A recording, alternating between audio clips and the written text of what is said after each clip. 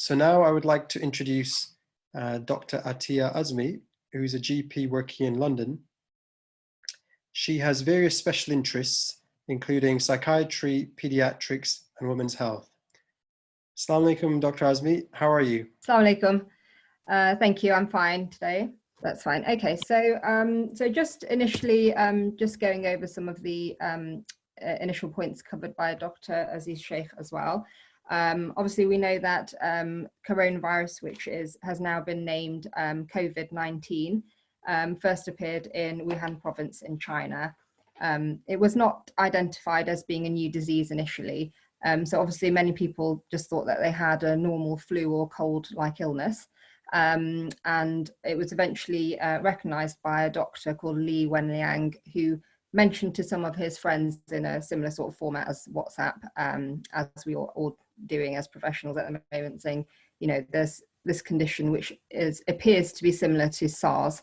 And unfortunately, he was then sort of reprimanded by the Chinese authorities for spreading false information. But he was obviously then found to be correct. And sadly, he also contracted COVID-19 and passed away. And he was actually only aged 33, which I didn't know before I started this presentation. He was actually very young. And obviously, since his passing, there's been quite an outcry in China and elsewhere against censorship of medical professionals who are obviously just trying to do their jobs, really. Again, as we've said, the COVID-19 is one of the coronavirus family, which is a family of single-stranded RNA viruses. It does have a very strong correlation with the bat coronavirus, 96% similarity, and with SARS, severe acute respiratory syndrome, it has a I think 79% or so affinity as well. It's also linked with another condition called Middle Eastern respiratory syndrome, and both of those conditions occurred in recent years, and the countries which were familiar with those conditions have seem to have some ability to deal with the virus more effectively than, for example, the UK, where we were not familiar with epidemics of this kind. It appears to gain entry via receptors on cells. So these receptors are for angiotensin converting enzyme 2. And this may be relevant in developing further treatments and therapies that may help us to combat the disease. In terms of spread, as many of us now know, the disease can be spread through droplet infection. So as we sneeze or cough or even exhale, small droplets are released through the nose and mouth, and these are then passed through the air. They do drop from the air down onto surfaces after initially being spread through the air. And these droplets can then be obviously touched by other people who then touch those surfaces.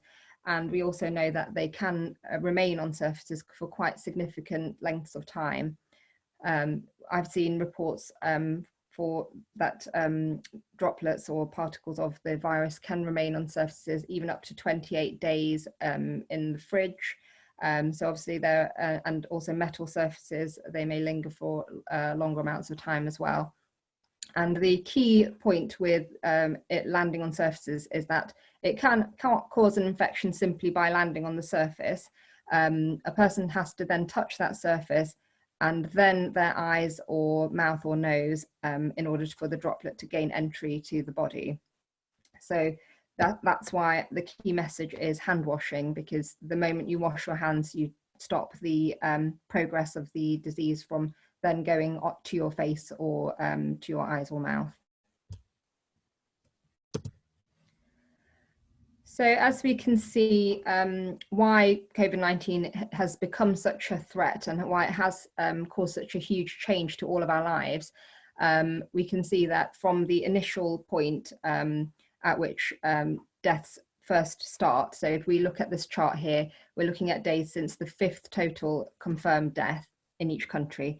And there are some interesting sort of differences in those charts. So we can see South Korea and Germany have done relatively well in terms of reducing the numbers of deaths, whereas countries such as Italy and unfortunately the United Kingdom and France have had very high sort of instances of deaths increasing quickly.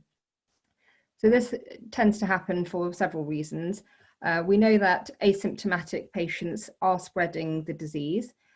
Some of these may be patients who then go on to develop symptoms, and we know that it can be 24 to 48 hours or possibly more before a person then starts developing the telltale symptoms, for example, cough or fever. The condition is highly contagious. So we see with flu, there tends to be one person may spread the flu virus to another person.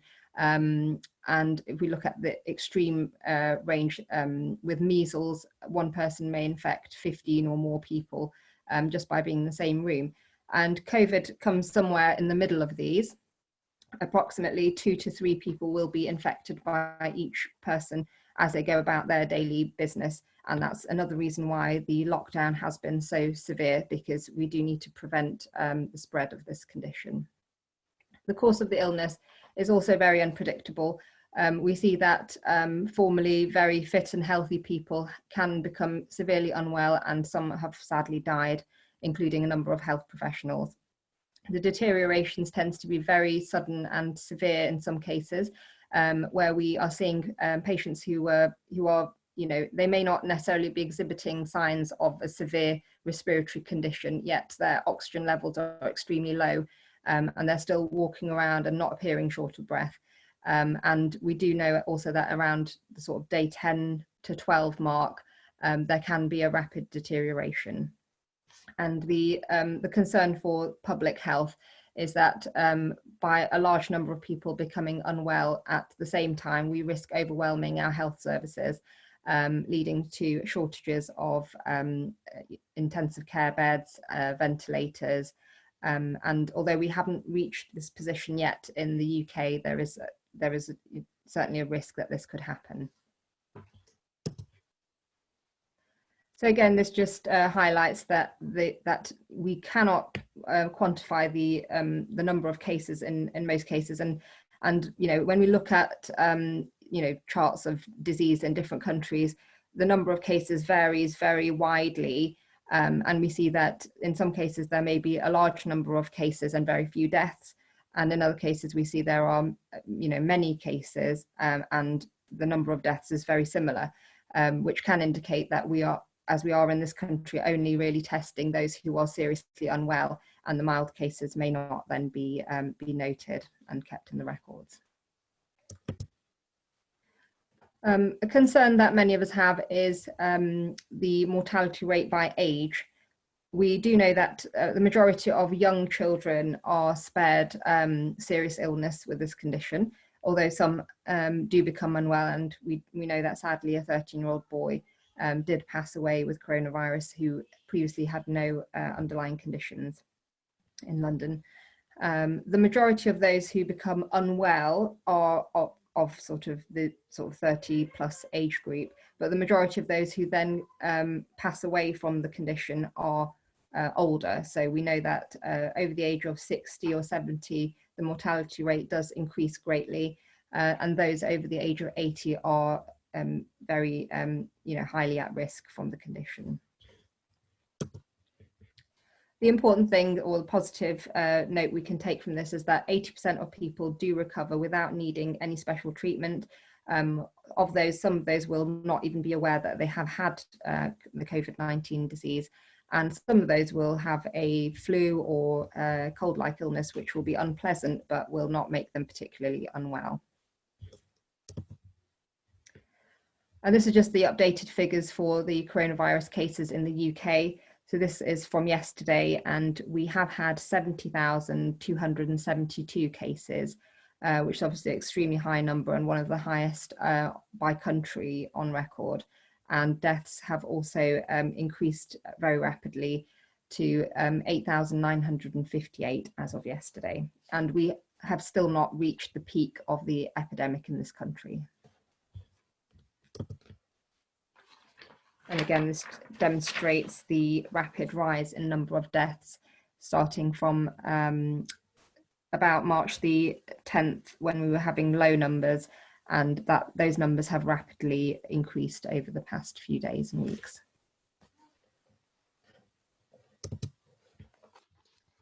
Regarding detection and testing, testing is not currently widely available for several reasons. One reason is, unfortunately, in the number of tests that are available currently is fairly small.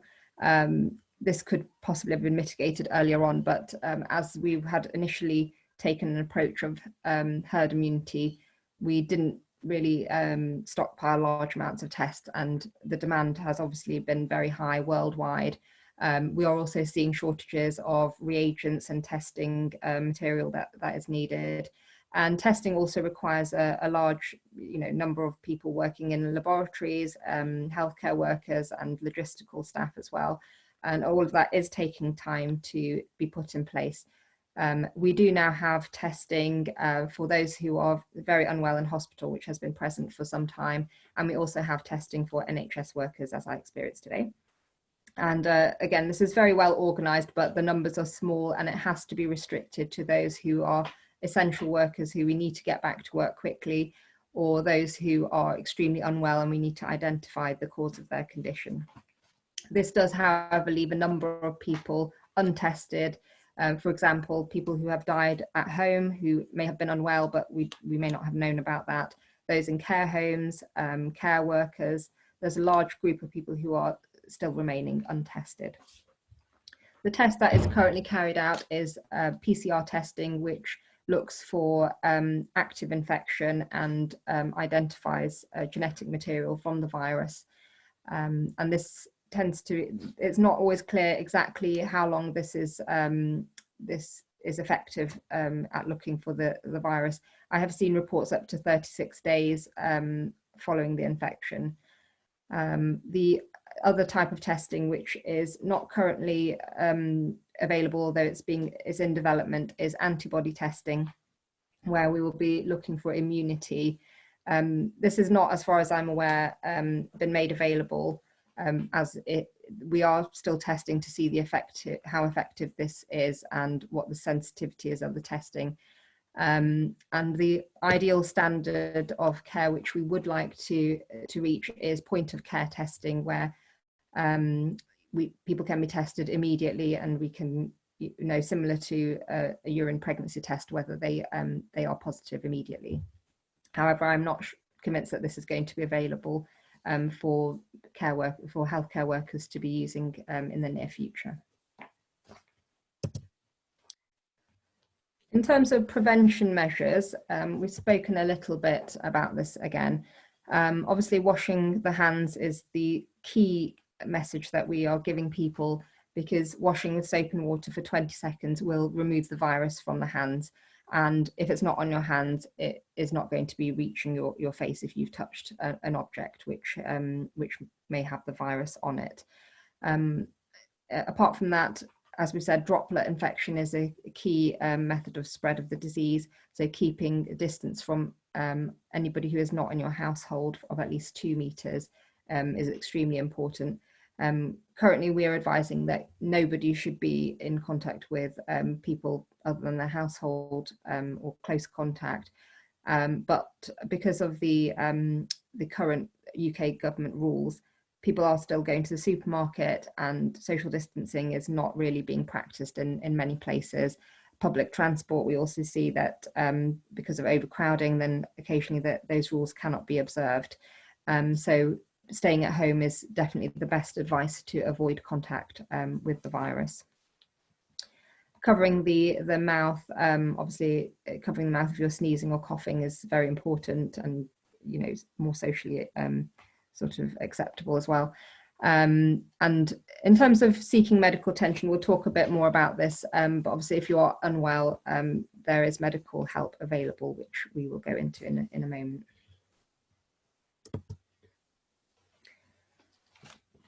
So we talked again about staying at home, avoiding public places.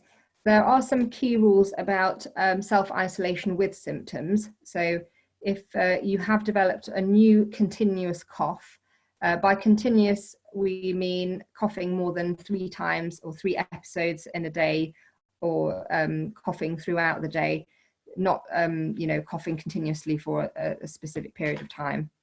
And if that occurs, or a fever of more than 37.8, then you should self-isolate within your home for 7 days. That means you should not leave your house for any reason, because you would be at risk of spreading that infection and endangering other people. If somebody in the household becomes unwell, their self-isolation is for 7 days, but the household and everybody else in the household must remain isolated for 14 days. The reason for this is that symptoms may not be apparent for the first 7 days, and if that person is out and about and in public, then they may be unwittingly spreading the infection to other people, and then they may then go on to develop the symptoms following that as well.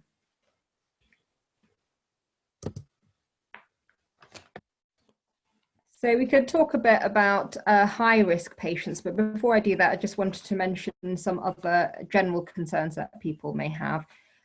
So in general, there are many people who have mild conditions such as mild asthma, hypertension or high blood pressure, or maybe on medication.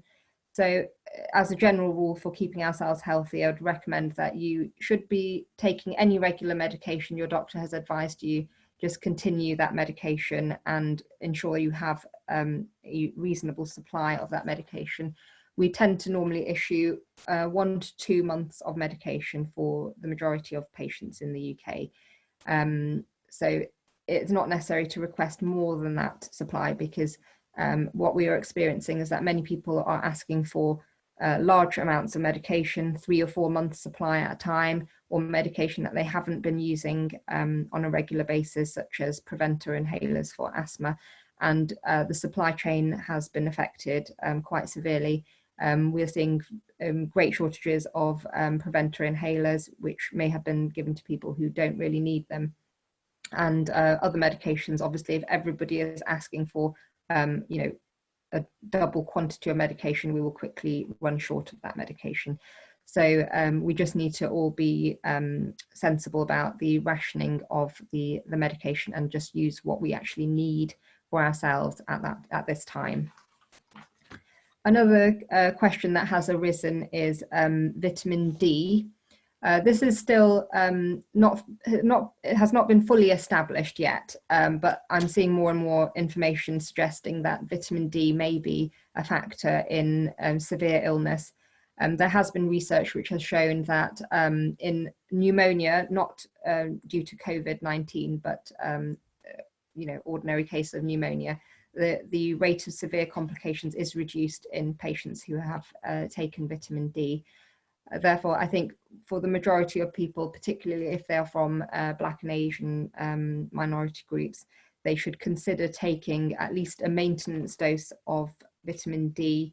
And if they are deficient or have been deficient in the past, consider taking a higher dose at this time.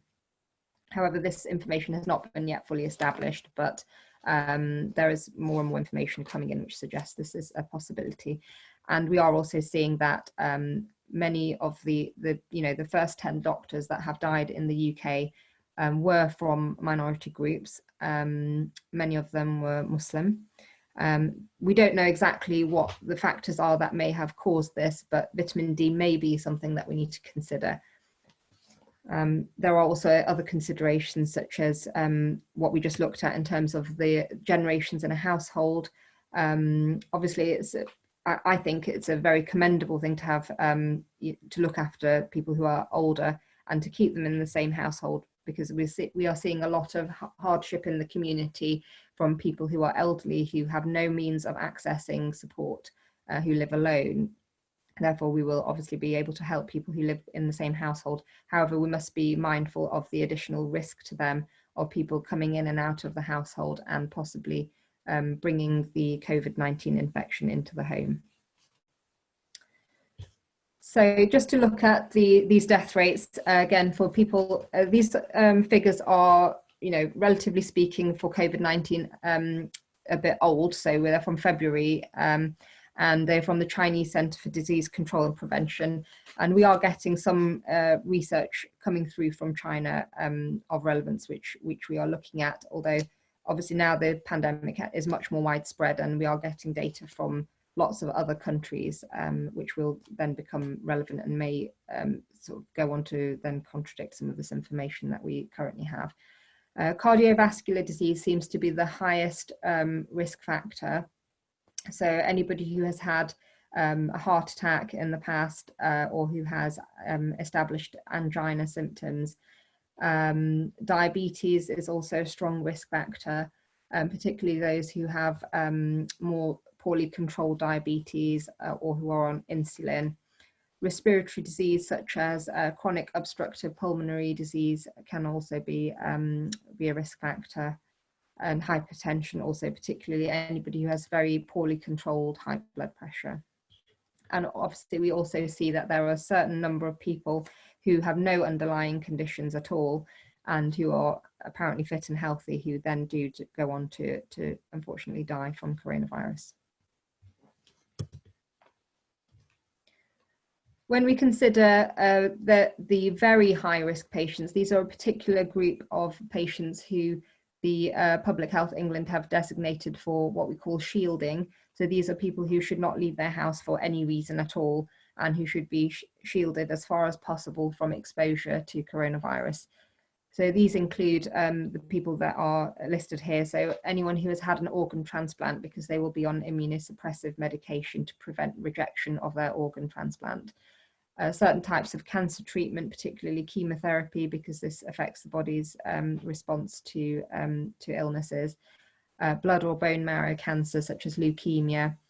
Certain severe lung conditions, such as cystic fibrosis or severe asthma, by which we mean anyone who is on a regular oral steroid, which is a very small number of asthmatics, or anyone who has had frequent courses of oral steroids for exacerbations of their asthma. And there are certain medications, particularly those who have autoimmune conditions, where their immune system will be weakened by the medication they are given. And all of those people will have received a letter from their doctors advising them of their shielding status. This can be used to present as evidence to your employer that you are not able to go to work, or not able to leave your house for 12 weeks, as has been advised. So if you do fall into this group, you don't need to go and see your doctor for evidence of your condition.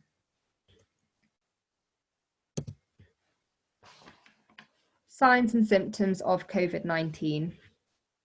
Many of us will be familiar with some of these signs. As we mentioned, cough, which is usually a dry cough, is a very common symptom, and fever. We don't see fever in all cases of COVID-19. However, the majority, up to 80%, will develop a fever of 37.8 or above. Many people have symptoms of fatigue, which may be mild or very severe. There can be other symptoms which are more associated with colds or upper respiratory infections, such as sneezing, a runny nose, sore throat, and occasionally we see headaches or shortness of breath as well. A new symptom which is not mentioned here, which is often seen, is a loss of sense of smell or taste, and this can appear before the illness or the cough or fever starts, and may be a useful note because it doesn't tend to happen with other cold or flu illnesses. And again, this demonstrates the dry cough, so dry cough without bringing up any mucus, feeling very tired and lethargic, a temperature and difficulty in breathing, which may not appear initially, may be a feature after several days of illness. This chart comes from one of the Chinese research studies, and shows the course of the illness. So we see that the majority of people will start off with the fever and cough, and when we get to about day 6 or 7, that is when the shortness of breath tends to appear. And we are also noting in the UK that severe symptoms tend to start around day 10 or 12 for anyone who is going to go on to develop more severe symptoms. And it's interesting to note that this advice or this chart tends to show that illness goes on sometimes far beyond the day 7 where self-isolation can be ended in the UK. In some countries, they are advising self-isolation for 14 days. And if we look at the blue line at the bottom, where it says days after illness onset, we can see the SARS COVID-2 RNA is positive. It can be positive all the way from day 1 and beyond up to day 18 and later. Therefore, it's unclear whether day 7 is maybe a little bit too early for allowing people to then return back to their normal work or going back into the community as normal. ICU admission tends to occur around day 12. So if we look at the two charts, the top one is for survivors. So those are the people that are then able to return from ICU and do survive. And then if we look at deaths, we see that many people then go on to acute kidney injury and heart injury and multi-organ failure, which then leads to death despite ventilation. This goes through red flags. So when we speak about red flags, these are the medical signs and symptoms which indicate that somebody is extremely unwell and requires additional help.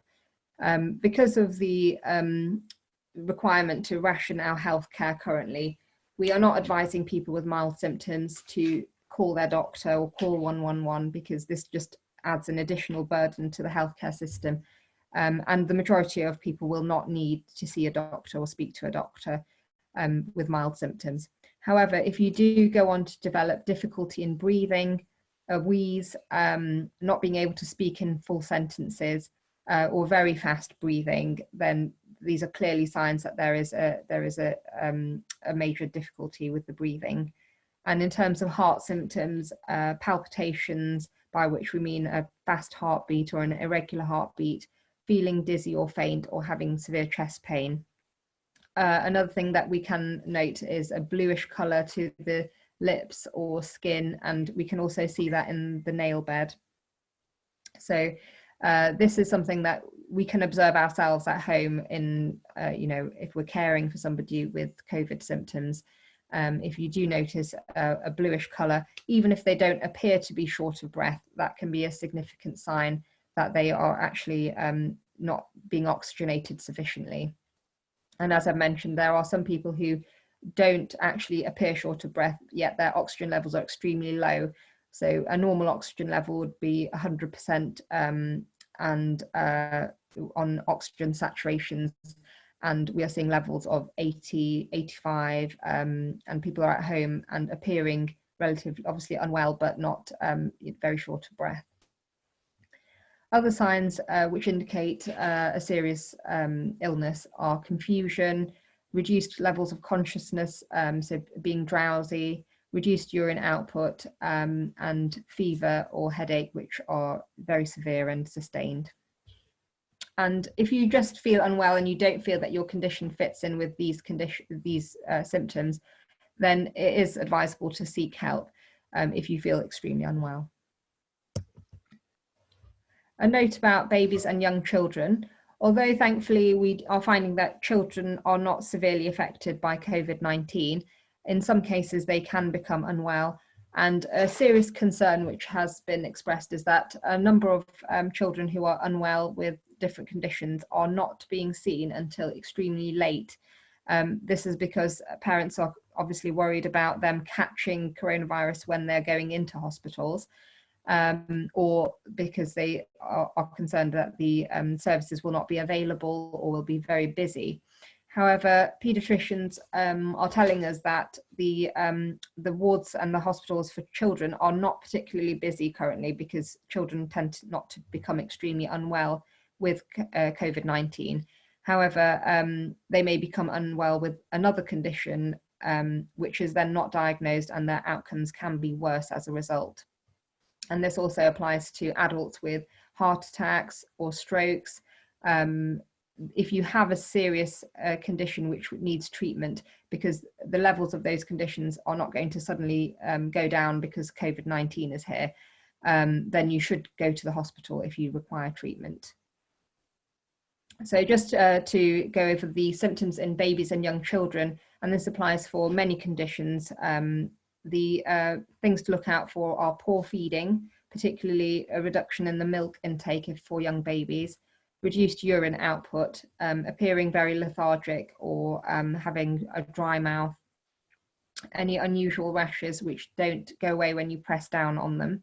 So when we press down on the skin, often a blanching rash will become white and then the colour will return into the rash. However, non-blanching rash can be a sign of septicemia and needs to be assessed urgently.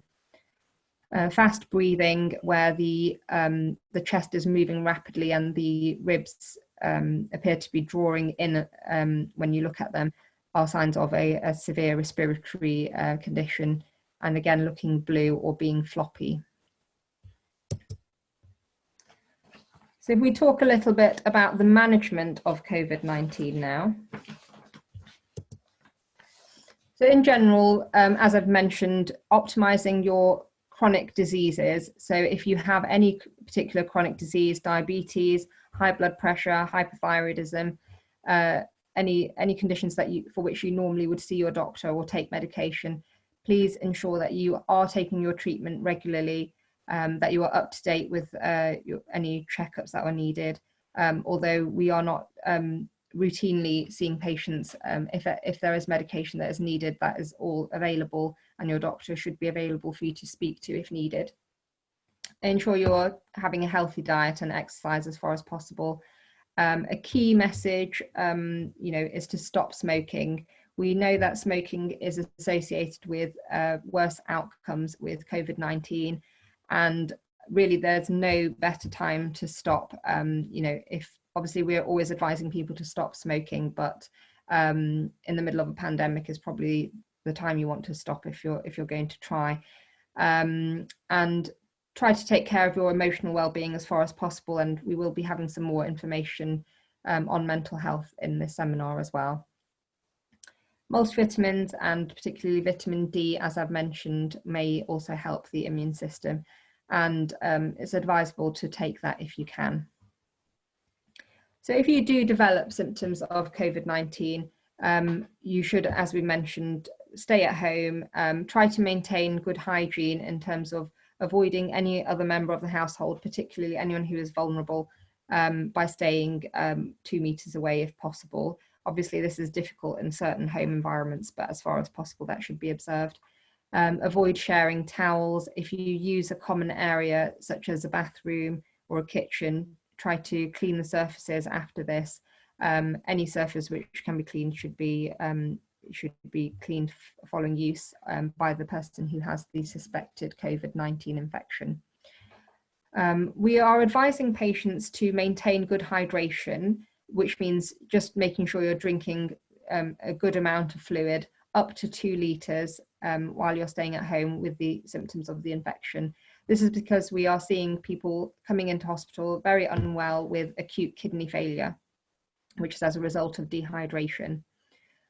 So even if many people will not have a good appetite while they're unwell, which is understandable, but the key thing is to maintain the hydration. You can, if necessary, use oral rehydration supplements, which can be purchased from the chemist. Symptom management, so just simple things such as the self-help measures that you would normally take if you have a flu-like illness. So if you have a cough, just to use honey, which is in the official advice from NICE, and other cough syrups or linctuses which may be helpful. It tends to be a dry cough, which is very irritating, so just soothing warm drinks can be helpful with that. We are advising people to use paracetamol if they have a high fever and are feeling unwell with it. Ibuprofen, the advice currently is not very clear in terms of use of ibuprofen. We have seen some evidence that it may worsen outcomes. Therefore, currently we are just advising paracetamol if you are unwell. However, if you use ibuprofen for pain relief for other reasons, then you may continue to do so if you don't have the COVID symptoms. And resting as much as possible, because the illnesses, can be very severe and cause quite severe fatigue as well. So, as we said, a number of people will then go on to require hospital management. So this is approximately 20% of those affected will require medical treatment. So initially, when somebody is thought to have severe COVID symptoms, they will be assessed by the hospital doctors, who will be wearing personal protective equipment. And the assessment will consist of various tests, including blood tests, possibly throat swabs or nasal swabs to assess for COVID-19, chest X-ray, and other types of imaging as well. For those who have very severe symptoms, they may require oxygenation, and in some cases they will require assistance to deliver that oxygen to the body, which can be in the form of CPAP or continuous positive airway pressure. We also know that those who are lying on their fronts, or what we call proning, that can assist with delivering the oxygen to the lungs as well. And for those who are at home, sometimes it may be helpful as well to lie on the front, or because coughing when lying down on your back can be quite ineffective as well. For some people, they will then go on to ventilation, particularly if they have symptoms of acute respiratory distress syndrome. However, there are some indications that ventilation is associated with worse outcomes in COVID-19 than in other conditions that traditionally require ventilation.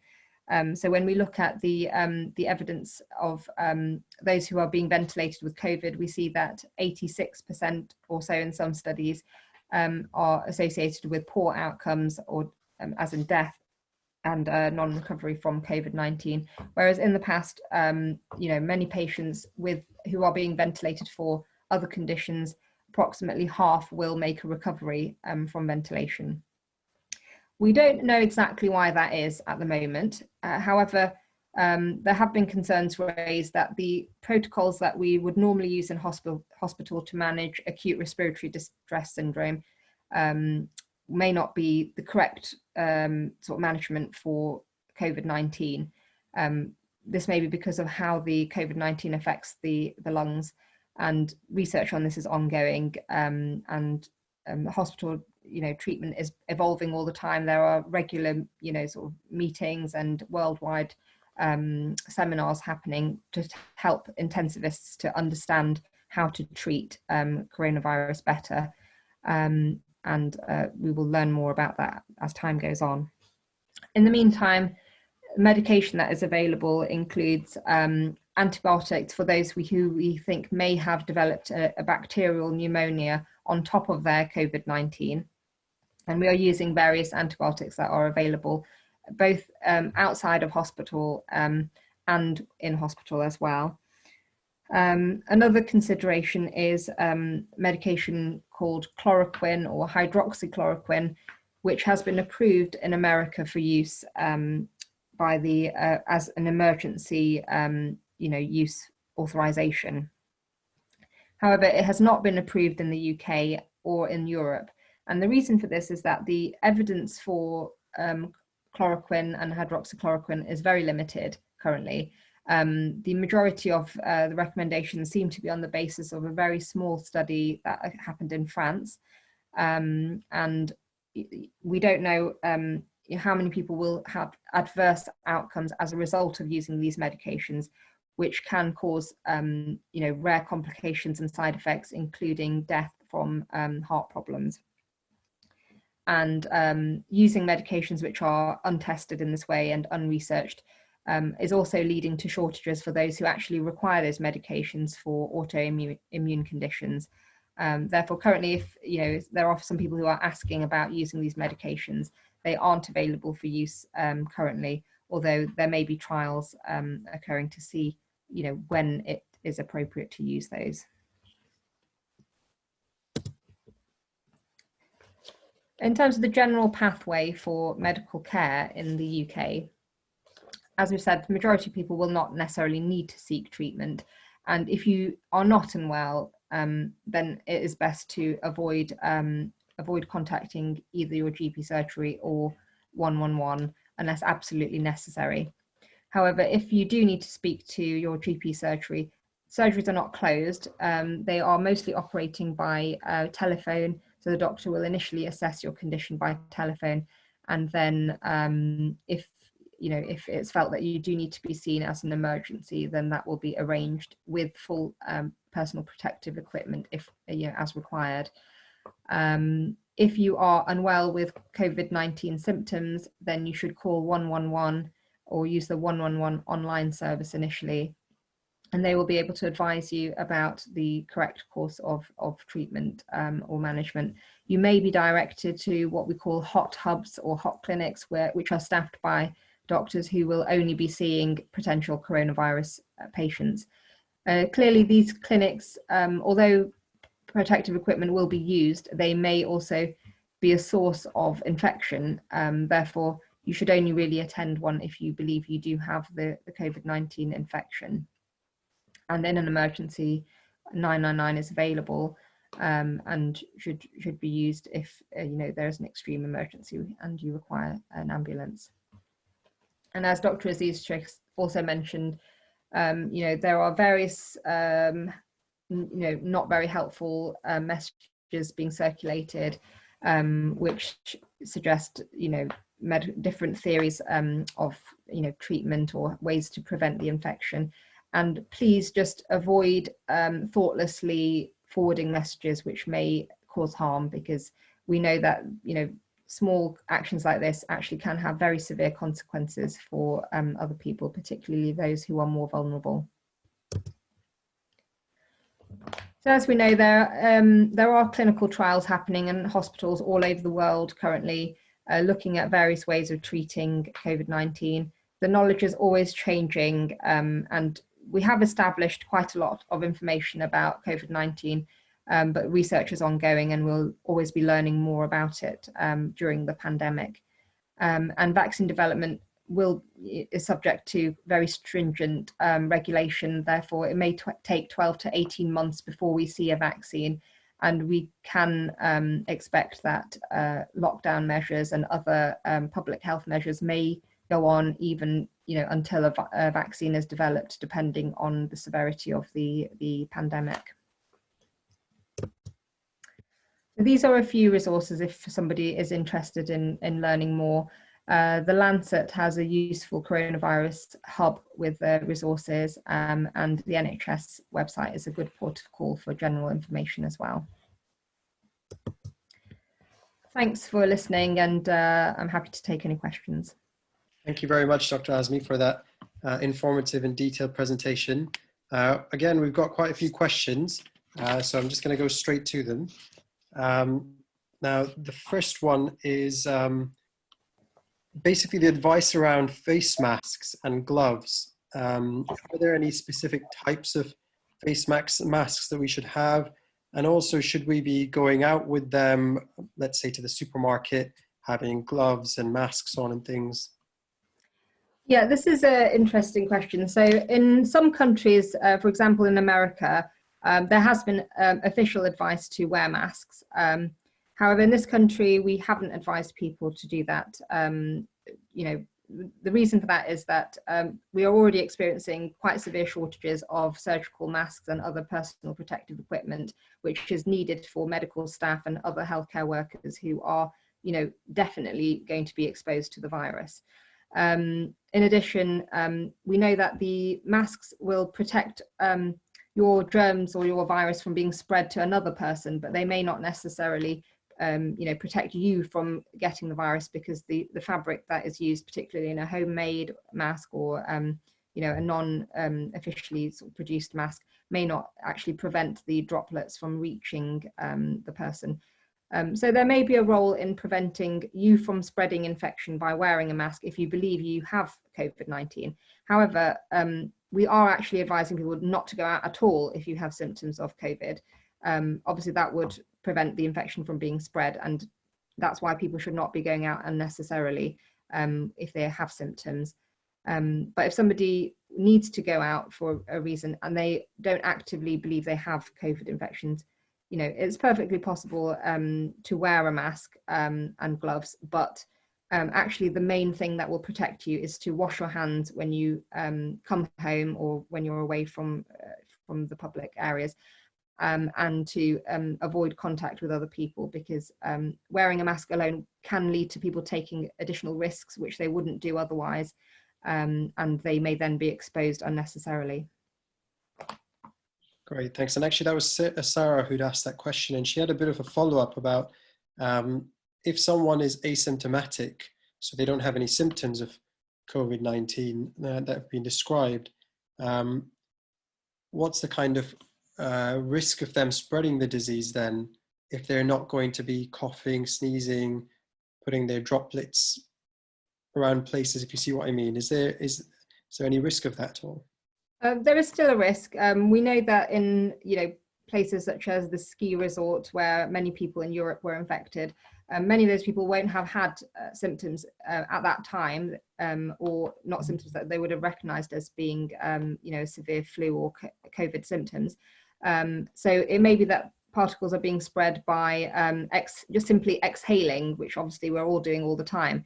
There have been other cases, so anecdotal cases. For example, there was a choir where everybody was masked and socially distancing, yet many people became unwell. There have been funerals where people have become unwell, where people wouldn't have it, you know, they were not attending if they were unwell. So although we don't know exactly how it is spread by asymptomatic carriers or those who are not exhibiting the symptoms, it definitely does seem to be the case that it is being spread by those who are asymptomatic. That's why the advice has become so strict in terms of lockdown in many countries. Absolutely right. I think one of the other questions was from one of our viewers who's anonymous on here, who was asking a little bit about the testing and the sensitivity of the PCR testing, and in terms of the risk of false positives, false negatives. I mean, how sure can we be that when these tests come out that we can trust them? Yeah, in terms of the PCR testing, there's thought to be a false negative rate of about 30%. So that means, you know, you will have a negative reading, but actually be positive with the COVID infection. Obviously, that is quite a serious concern for, especially for those who are healthcare workers who may have been, you know, one of the reasons why we're testing healthcare workers is to be able to say, no, you don't need to isolate, you can go back to work. Obviously, there is then a risk that some of those people will return to work believing they are negative, but actually still having, you know, the COVID infection, which can then be spread to other people. I mean, there's no perfect test for COVID, and that's another reason why testing isn't as widespread as, you know, initially people would have liked, because even with testing, we could develop a false sense of security about the results of the tests that we have been given. So, you know, testing is a tool which we can use to help guide us, and a positive reading is a positive result is obviously helpful to know, but a negative outcome is not always what it may appear. Yeah, absolutely. And we have a question here from Azishana, who's asking about any kind of official dietary advice that there may be out there about helping to maybe prevent the virus or even help to clear it up if we have it. And especially because, you know, we've got Ramadan coming up. We all eat different foods for Ramadan than we do for the rest of the year. Are there any risks with that or anything? Yeah, actually, I've looked at the British Dietetic Association website when I was preparing for this presentation, and they do have some useful advice on their website, which is about what sorts of foods to eat, and particularly if you're suffering from the infection at the time. So it's definitely a good place to have a look for some information. I think the recommendation I would make is you know, I think we don't want to increase anxiety unnecessarily. I mean, obviously there are, you know, for some people they may find it difficult to obtain the food that they need at the moment because of the current shielding requirements, and obviously the state of the supermarkets obviously is quite difficult at the moment for people to access everything. So I don't want to say you must eat 5 pieces of fresh fruit and vegetable every day, because many people may not be able to obtain those. But obviously if you can take a multivitamin, that may be helpful. But eating fresh fruit and vegetables, eating a healthy diet and maintaining hydration are probably the most important things. And as I would generally advise in Ramadan, anything which is fried, etc., should be moderated anyway. So I know that all of us are a bit tempted to comfort eat at the moment, sitting at home and not having anywhere to go, but it's really important that we try and maintain at least reasonable standards of our diet and healthcare while as far as possible, so that if we do become unwell, we have the means to fight the infection. Might be a bit of a shock to some of our listeners, but I think nonetheless it's true. We've got Firdos here who's asking, are there any kind of natural remedies that we could try to boost our immune system? There's been talks about high dose vitamin C that some people use, even intravenous vitamin C. I mean, are there any thoughts on any other natural remedies? Yeah, vitamin C, vitamin D, they've definitely been mentioned as things that can help us to fight infection. Particularly as we've come through the winter months, where many of us will not be making vitamin D from the sun because there isn't sufficient coming through for us to be able to do that. And those of us with darker skin as well, you will definitely have less vitamin D. So that's something to consider. In terms of natural remedies, honey is in the official NICE guidance, so I definitely recommend that. Any vitamin C containing fruits would probably be a good idea as well. And obviously we can also look at the prophetic remedies and look at those as guidance as well.